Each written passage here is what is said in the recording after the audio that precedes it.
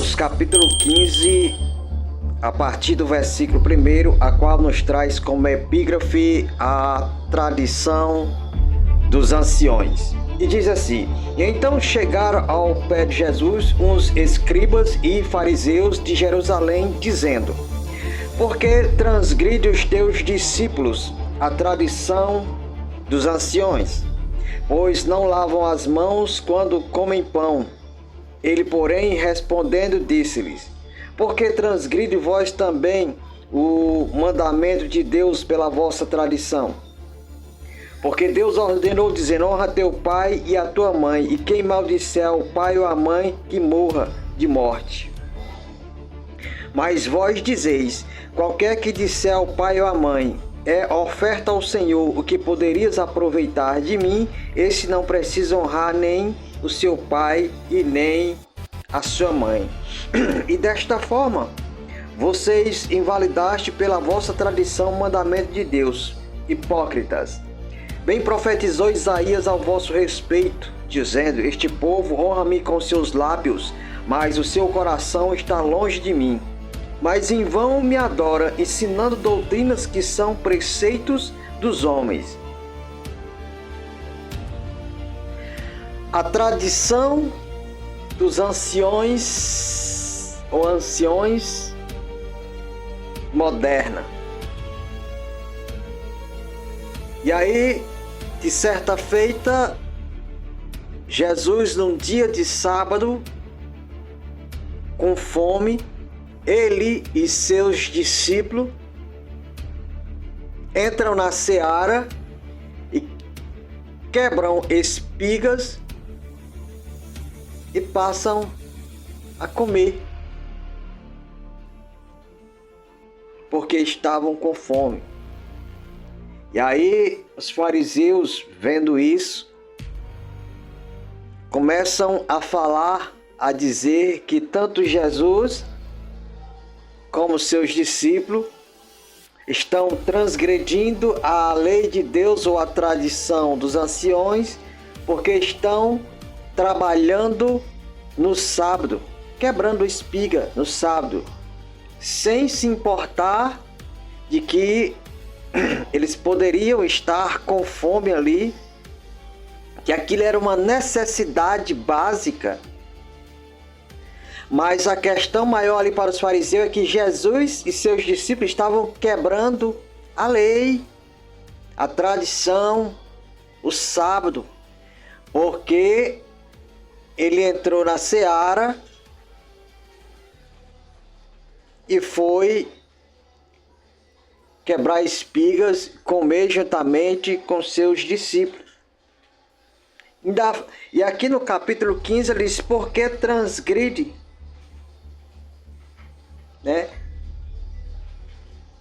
Tu e teus discípulos, ou os teus discípulos, a tradição de quem? De Deus? Não, dos anciões. Pois comem sem lavar as mãos, que fazia parte do rito, era uma tradição dos fariseus. Antes da primeira refeição ou de qualquer refeição, ritualmente tinha que lavar as mãos do cotovelo ao dedo, 3 vezes, como um gesto de pureza. Fora isso, iriam comer de forma impura. Eles não estavam nem aí se Jesus, juntamente com seus discípulos, estavam com fome.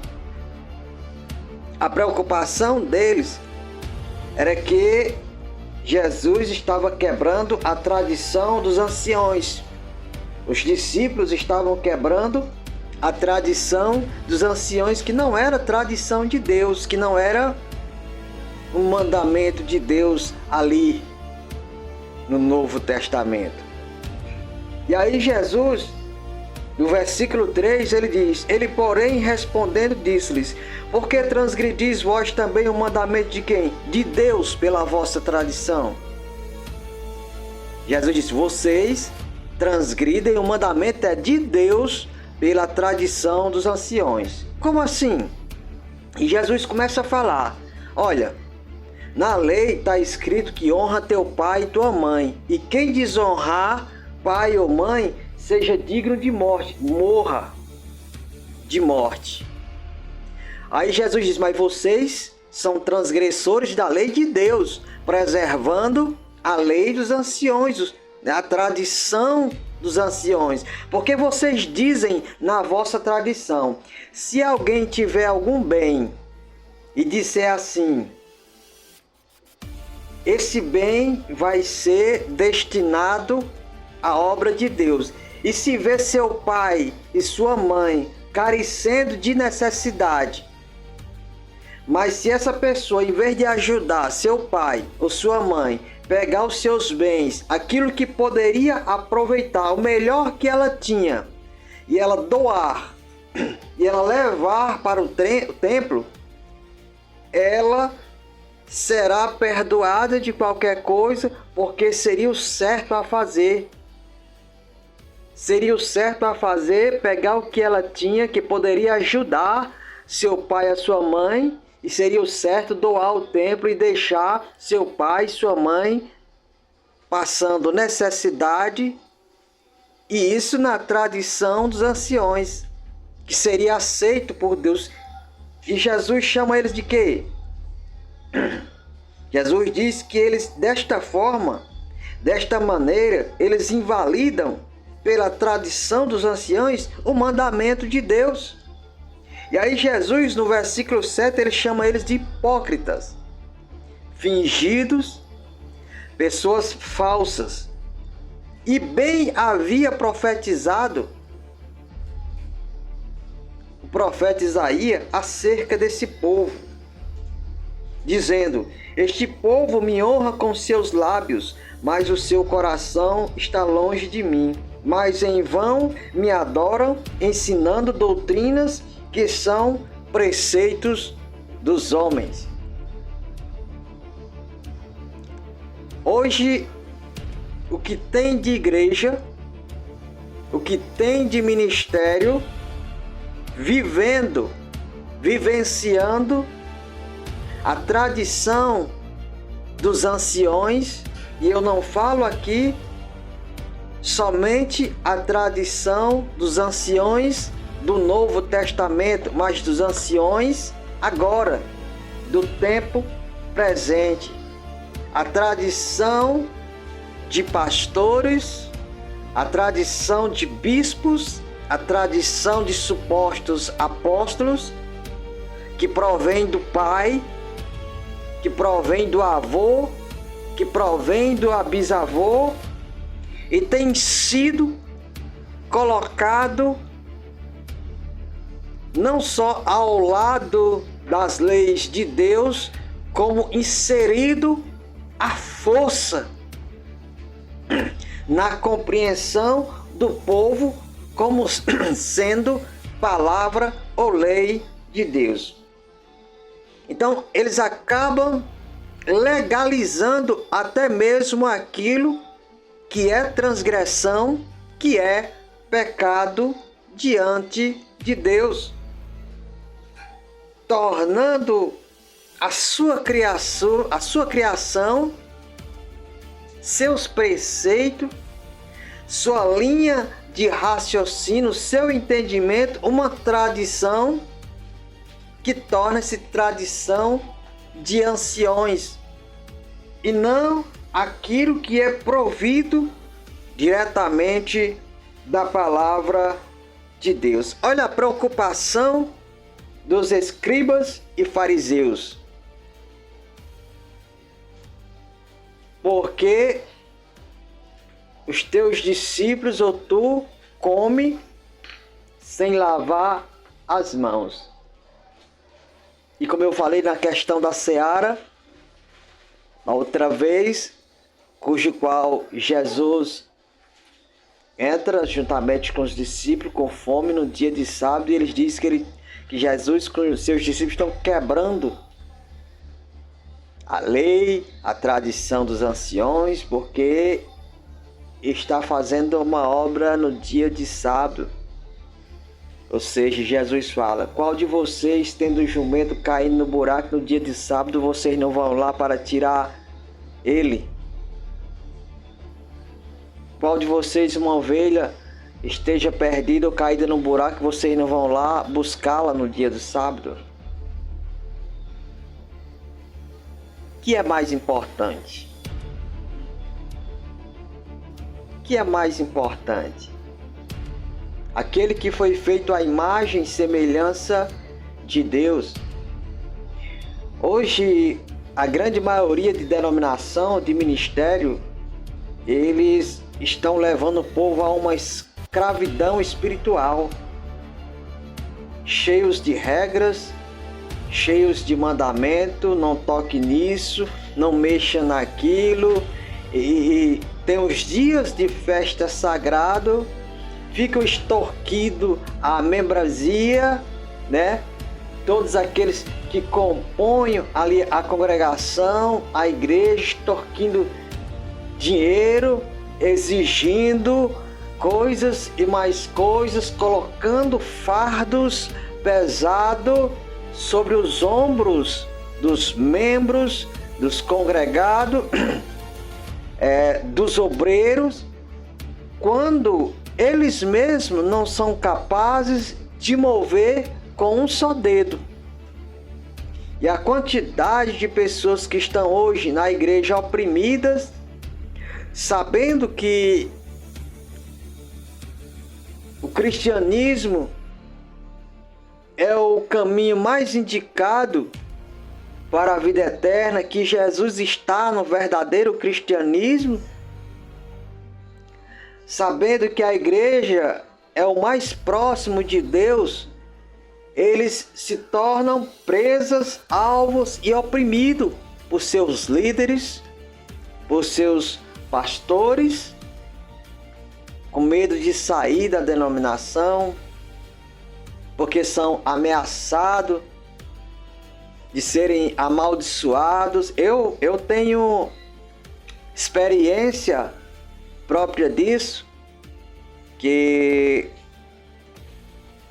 quando aceitei Jesus, no primeiro ministério na igreja, qual fui me congregar,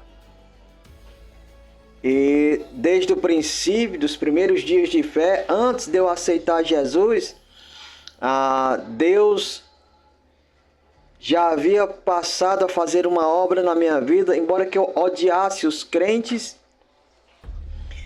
e preferisse ver o diabo do que o crente na minha frente, mas eu não consigo explicar nem entender porque Deus começou a trabalhar na minha vida nessa condição.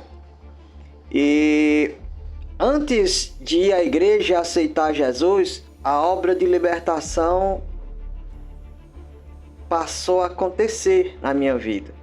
Então, no dia que eu recebi o toque, que foi aquele de tudo ou nada, o desejo, a vontade de ir à igreja e aceitar Jesus como único e suficiente Salvador da minha vida, eu já estava liberto do álcool, já estava liberto das drogas, já estava liberto da prostituição e de outras coisas mais, né? Das curtições, dos palavrões, dos desejos, né?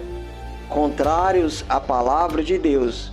Então, já fui bem amaciado para a igreja e aceitei Jesus e passei, eu acredito que 1 ou foi 2 anos submetidos a tradições dos pais, não dos pais da igreja, dos pais ou do pai do ministério. Existe isso, existem os pais da igreja primitiva, as tradições dos pais da igreja primitiva, né? Existe as tradições dos pais da denominação, dos pais ou do pai da denominação, do ministério. cujo não tem nenhum relacionamento com a palavra de Deus, mas eles colocam ao lado da lei de Deus, ou tentam inserir dentro da Bíblia, querendo fazer uma lavagem na nossa mente para mostrar que aquela tradição é bíblica e que vem de Deus, e as ameaças. Ai daquele que duvidar do que eu falo, ai daquele que fizer ao contrário, ai daquele que sair dessa igreja sem a minha permissão. E aí, quando você ia até o líder, a liderança da igreja, e dizia: pastor, eu quero sair do ministério e me congregar em outro ministério. Aí o que é que eles diziam? Eles diziam: se você sair contra a ordem do anjo da igreja, você vai ser disciplinado. E aí, alguns, nessa esperança de, mesmo que passasse 3 meses na disciplina, mas a cabo da disciplina ele pudesse sair, aceitava a disciplina. E aí, quando terminava aqueles 3 meses de disciplina, o camarada era ameaçado novamente. Abandone essa ideia que é o diabo. Se você insistir, você está sendo rebelde. Se você insistir, vai ser de novo penalizado. Vai sofrer as consequências. Porque está se rebelando contra quem? Contra o anjo da igreja. E se Deus quiser usar, quem Deus vai usar na igreja, quem é? O anjo da igreja. E aí, quem tinha televisão em casa não era digno, era coisa do diabo. Quem andava de bermuda, nem que fosse em casa, era coisa do diabo. Quem deixasse o bigode crescer era coisa do diabo. O cabelo tinha que estar cortado, mas nunca tinha que estar... Um cabelo do tamanho do meu aqui já não era aceito mais, tinha que estar maior. Nem cabelo grande, nem cabelo rapado, curto demais. Então, as mulheres era pecado se depilar, não podia, as pernas, os cabelos quase de 1 metro, não podia se depilar porque era pecado. E sem falar nas revelações, que até hoje, quando a gente vai no YouTube, dá vontade de rir, mas a vontade, que nem diz o outro, a vontade de chorar é maior. Certas pastoras que têm uma facilidade, acesso livre ao inferno, vão mais no inferno do que no céu. E eu gostaria de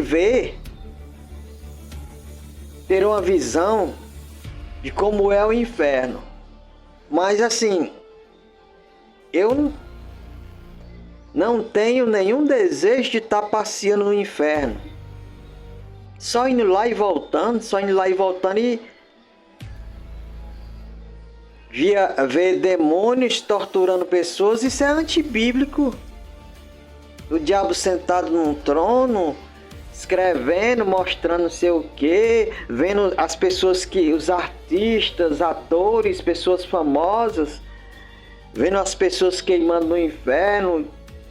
Tudo isso aí não existe.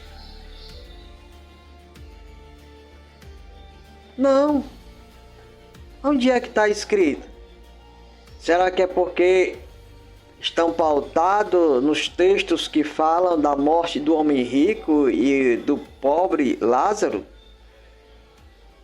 Que o texto fala somente do homem rico. Todo aquele cenário fala somente do homem rico, Lázaro e Abraão. 3 personagens. Não existem outras pessoas que são reveladas ali. Fala dele queimando nas chamas, consciente de qual for a sua conduta quando estava na terra. Então, as tradições dos anciões modernas, hoje continua a mesma coisa. Há muitas igrejas, então eu acabei saindo aí, como eu tinha um pouco mais de conhecimento, comecei a entender, compreender que tudo aquilo eram tradições criadas por eles mesmos e passei a combater aquilo mesmo como novo convertido. Já enfrentava as autoridades, aí um certo grupo de obreiros criaram coragem e passaram a enfrentar essa situação. E a coisa ia cada vez mais ficando complicada. Até que um dia eu cheguei, um dia terça-feira, se eu não me engano, e não sei se foi terça ou foi segunda, e falei para o líder, para a liderança que estava saindo do ministério e ia procurar outra igreja. Graças a Deus que no momento eles não me amaldiçoaram, só deram uma risada sarcástica e irônica e palavras irônicas dizendo, né? Tá certo, rindo e né? Mas foi uma maldição. Lançando maldição sobre nós, porque estávamos saindo da igreja sem a permissão, sem a autorização deles. E onde é que está isso escrito na Bíblia? Não está. Jesus, ele convoca, ele chama, ele não obriga. Ele diz, vinde a mim todos vocês que estão cansados e sobrecarregados, oprimidos, eu vos aliviarei. Venha livre de espontânea vontade. E para sair? Para sair, a história, a parábola do jovem filho pródigo, ela expressa a realidade, de Deus. A livre escolha, a liberdade que o Senhor nos deu para escolher o caminho que queremos trilhar. Nós fazemos a nossa história. Deus não nos obriga a seguir uma história que Ele está fazendo ou fez para nós. Nós trilhamos os nossos caminhos e fazemos a nossa história. Deus está no controle de tudo. Ele sabe o começo, o princípio e o fim, mas é nós. E a parábola do jovem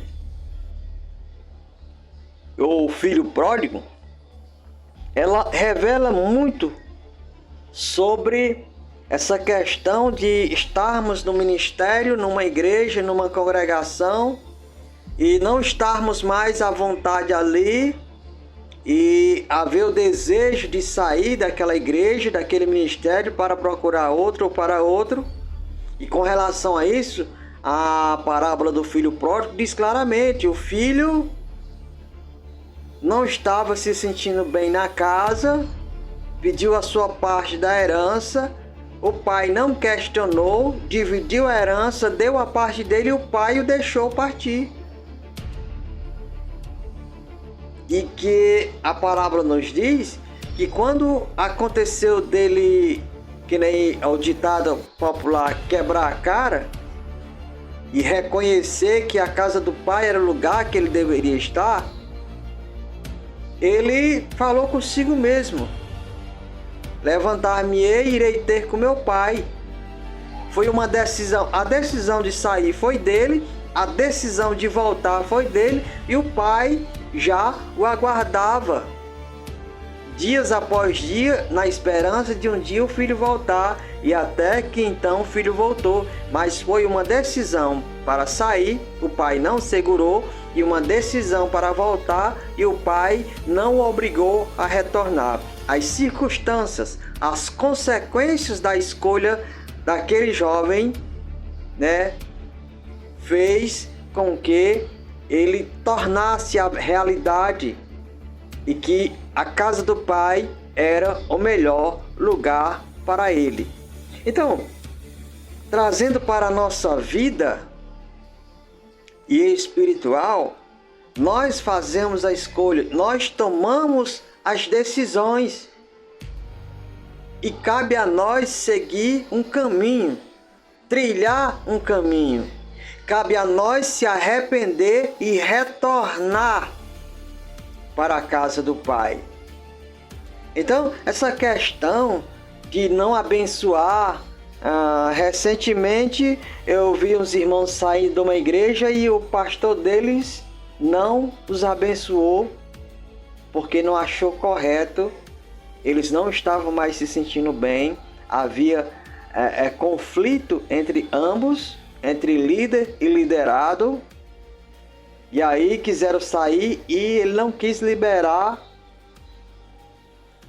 né, a bênção. E que autoridade é essa? Quem deu essa autoridade?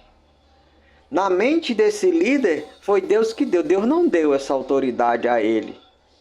Talvez ele descubra isso em terra ou tarde demais após a morte,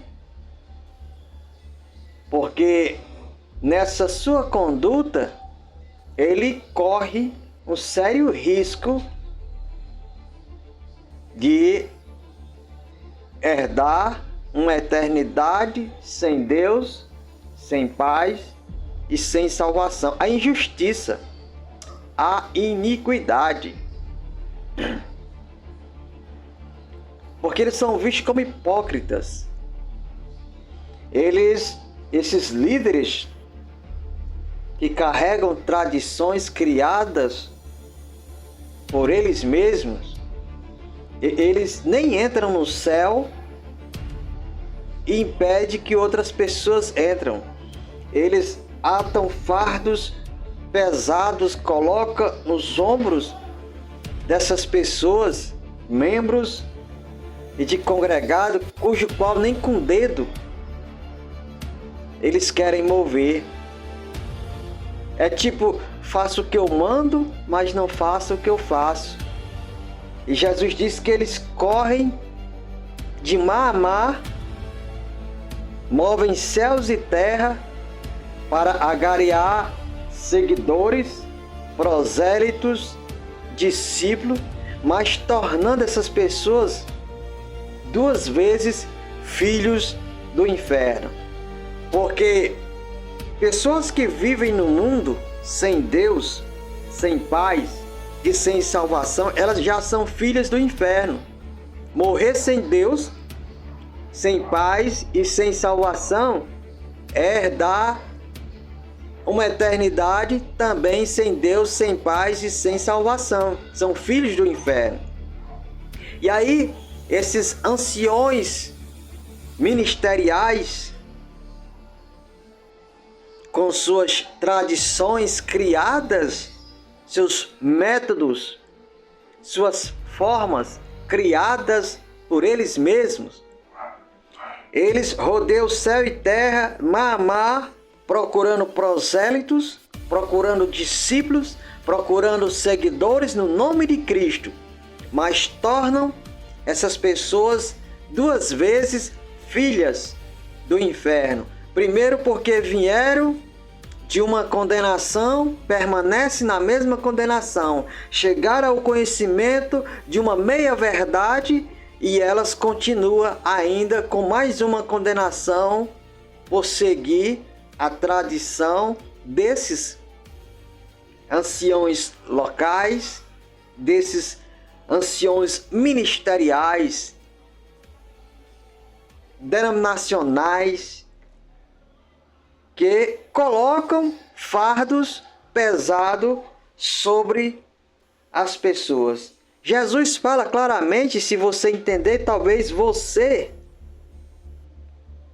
esteja nessa condição. Ele diz, olha, na lei de Deus está escrito, honra teu pai e tua mãe, e quem transgredir esse mandamento seja digno de morrer de morte. Mas vocês dizem assim, se alguém tiver bens materiais, financeiro, e quiser doar tudo que é seu para a igreja, está livre de ajudar pai ou mãe, ainda que estes estejam passando necessidade. Quer dizer, a tradição dos anciões de fariseus, de escribas, talvez até dos saduceus, diz que o homem que sentir no coração de doar os seus bens, tudo que vem dele, que pertence a ele, a igreja, o templo, ele está livre da palavra, da lei, de que tem de obrigação de ajudar pai e mãe quando estes precisam. Estão livres de sofrer qualquer consequência. E hoje eu já ouvi tanta besteira nesta caminhada. Pessoas querem empurrar à força na gente a ideia que suas tradições é palavra de Deus. Hoje, quando há um problema na igreja, o líder, antes alguns de tentar tratar com aquela situação, ele já vem logo com a palavra disciplina. Se for um problema com o casal, pais e filhos, problema entre irmãos, ou problema de obreiro com líder, ou de obreiro com obreiro, a primeira palavra que vem na boca deles é disciplina. Antes de saber quem está certo, quem está errado e como se pode resolver o problema, a palavra é disciplina. Então, veja só, muitas pessoas são injustiçadas porque deveriam ser ouvidas, compreendidas, dando-lhes, algumas delas, dando-lhes oportunidade para reverter aquela situação, mas elas não têm oportunidade porque a tradição dessa liderança diz que não quero saber. Quero saber que vou aplicar a disciplina. E aí matam pessoas que já estavam numa situação crítica. E aí eu olho para Jesus e ele chega para os seus... Olha só, o que fez com que os discípulos viessem amar o mestre? Não foi sinais, prodígios e maravilhas que fizeram os discípulos amar o seu mestre. Uma das coisas foi isso aqui, escuta essa só. Jesus está falando para os discípulos do que iria acontecer. Que ele seria traído, entregue nas mãos das autoridades, seria morto, mas ao terceiro dia ressuscitaria. Os discípulos, juntamente com Pedro, todos falaram unanimemente pela mesma boca: nós morreremos por ti, morreremos junto contigo e jamais permitiremos que isso aconteça. Pedro foi o primeiro que falou isso. E Jesus disse a Pedro que ele negaria 3 vezes a Cristo. Ele disse que não. E o que aconteceu? Jesus foi abandonado, eles fugiram, negaram. Qual foi a ação ou reação de Jesus após a ressurreição? Já no capítulo final do Evangelho de João, ele chama Pedro e diz: Pedro, tu me amas? E por 3 vezes Jesus fez a mesma pergunta, constrangendo a Pedro. 3 vezes Pedro disse: te amo, até ficar constrangido e entender que Jesus conhecia não só o passado, o presente e o futuro, e estava amargamente arrependido na sua fraqueza por ter negado a Cristo. Jesus entendeu que não só Pedro e nem os outros discípulos, entendeu que eles eram pessoas, seres humanos, falhos, e que seriam capazes sim de negar. Eles não estariam ali capacitados, não foram capacitados até o momento para enfrentar situações daquele tipo. E Jesus repreendeu Pedro. Jesus desclassificou Pedro e os discípulos. Ele diz assim: cuida da minha igreja, apacenta a minha igreja. Jesus não ficou passando na cara de Pedro porque ele o negou, porque ele o traiu. Porque seria uma espécie de traição também. Não como a de Judas, claro, que entregou Jesus. Mas porque Deus havia escolhido os discípulos. Deus havia escolhido a Pedro. Jesus sabia quem era Pedro. Jesus sabia quem eram os 11 discípulos. Sabia que eram pessoas que tiveram seus momentos complicados, difíceis, de fraqueza, mas Deus tinha um propósito. Eram pessoas que futuramente estariam preparadas para exercer o chamado ofício que Deus houvera entregado em suas mãos. E hoje? Hoje não existe essa coisa de sentar, conversar e consertar as coisas. Não existe o ato de bondade, não existe o ato de misericórdia. O que existe hoje, errou, pecou, você vai agora sofrer as consequências e depois a gente vê como é que vai ficar. Essa é a realidade. Por quê?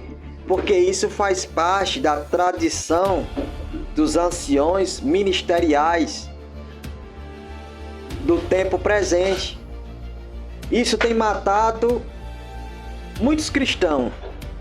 Isso tem feito com que muitos cristãos fiquem pulando de igreja para igreja. Antes eu não entendia isso, hoje eu compreendo perfeitamente sobre essa questão de que está complicado, está difícil encontrar um lugar pelo qual você possa apostar 100%. E eu sei que isso é até normal, é bíblico. Não existe uma congregação, um ministério, uma igreja 100% perfeita. Existem pessoas com compromisso, com o propósito de servir, de adorar a Deus em espírito e em verdade. Fique com essa palavra em nome de Jesus. Amém.